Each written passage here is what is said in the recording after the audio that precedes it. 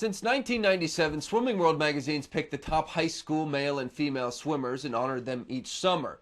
At the recent men's NCAA championships in College Station, the last four picks for male high school swimmer of the year made the most of the headlines. First, there was Alex Riggi of Yale. He was our swimmer of the year in 2005. Riggi's now part of the sub-19 club in the 50 free, placed in the top 5 in sprint freestyles in his final collegiate meet. Then Ricky Behrens was the magazine's pick in 2006. We all know what he's done. His Olympic gold medal and world record in the 800 free relay, just the beginning for Behrens, who helped Texas win that epic 800 free relay at the championships just a couple weeks ago. And now we're glad to have the last two recipients of this award on today's show. We'll start with Austin Staab.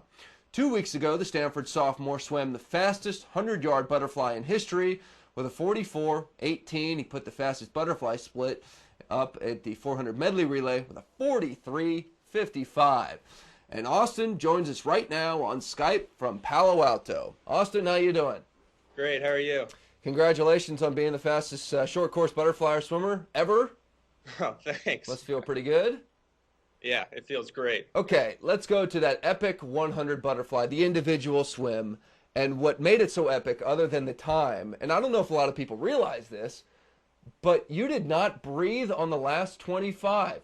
Yeah, that's correct, actually. Okay, so was that planned or did it just come up? Oh, that was, it was 100% planned ever since Pac-10s. I did it at Pac-10s, and I guess nobody noticed that.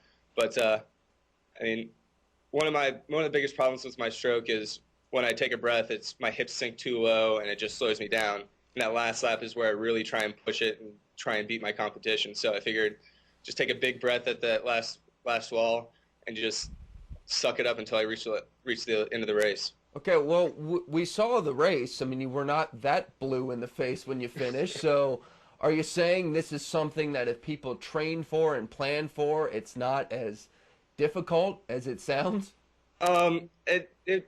Actually, I was more or less blind when I hit the wall. I definitely was starting to black out when I reached the end of the wall. That's why I had a little delayed reaction when I saw my time because I really couldn't see it. Austin, I don't know how you're going to pass your classes in Stanford if you keep swimming like this.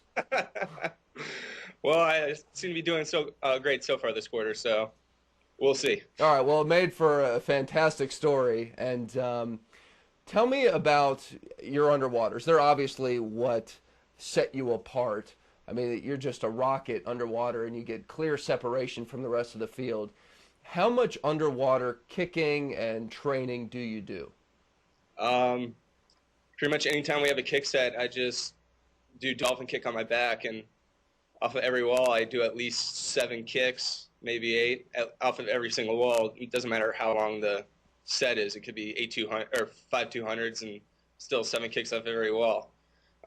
It's all about I just made myself just kick as far as I can underwater during practice, and that really helps with my underwater endurance when I'm doing my underwater kicking. So when you're talking about speed kicking, do you ever push like a 25 off the wall or dive a 25 just strictly underwater?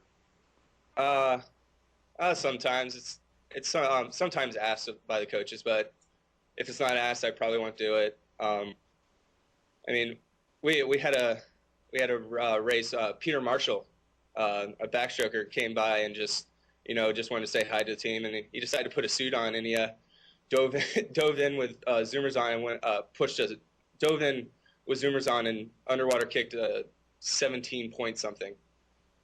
And I tried it out, and I couldn't even break 19. So I mean, we do stuff like that all the time. I mean, don't do it that often, but do what you said that often. But like Peter Marshall came along, and I tried it out. I wasn't very good at it apparently. That would, if you were both on your game, that would actually be a pay-per-view event. I mean, watching you two race underwater. I don't know. It seems that he has better underwaters than me. I'm just able to do it longer, I guess. Speaking of short course swimming is obviously your thing. You didn't even swim at last year's Olympic trials. Why? I had a big shoulder problem that came up right after NCAAs last year. About 2 weeks into training for a long course season, my shoulder started acting up, and went to see a doctor, and it turns out I had a torn labrum. Ouch. And yeah, doctor said I could try and train through it and try and go to trials, but I mean, I could barely swim 100 without just aching and pain. I just couldn't do it. Okay, so you're going to give it a go this summer, right? I mean, you'll be swimming the long course meets. Oh yeah, I'll be going to World Championship trials in Indianapolis and trying to make the World Championship team. Now, are you as confident long course, though? Because a lot of times you'll find that short course swimmer with the great underwaters, their greatness does not translate to the long course pool. So does that make you nervous?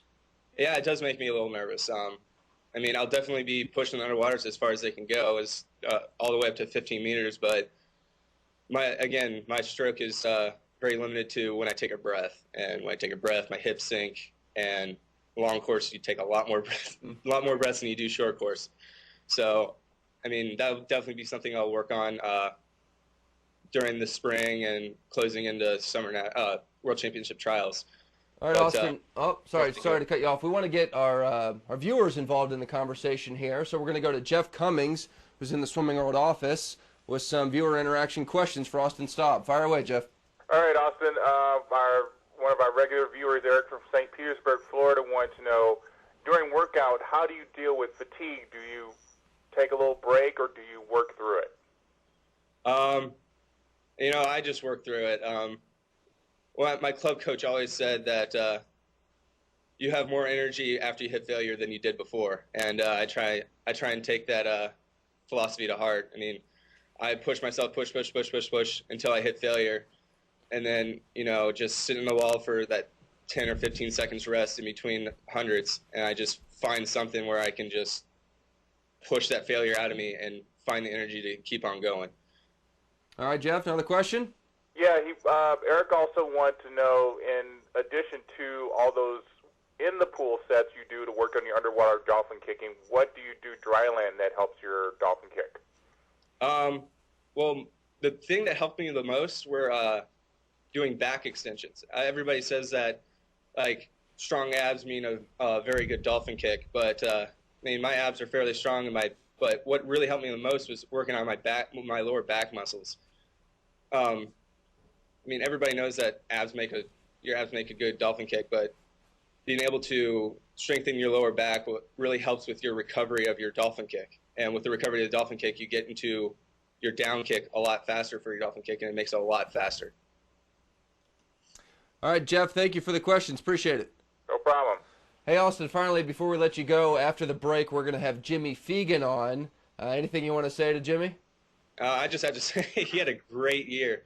It was a lot of fun to watch a freshman really. I mean, I'm pretty sure he got second in NCAAs in the 50, taking down big guys like Matt Target and Riggy, and it was a lot of fun to watch him. All right, Austin, we appreciate it. I'll have you on the show again sometime. All right. All right, thanks. And No our problem. thanks to Stanford for helping set that up. We'll take a quick break. When we come back, we'll have Jimmy Fegan join us on the show. Remember, you can send questions right now on AOL or Yahoo Instant Message. Take this quick break. We'll be right back with Jimmy Fegan.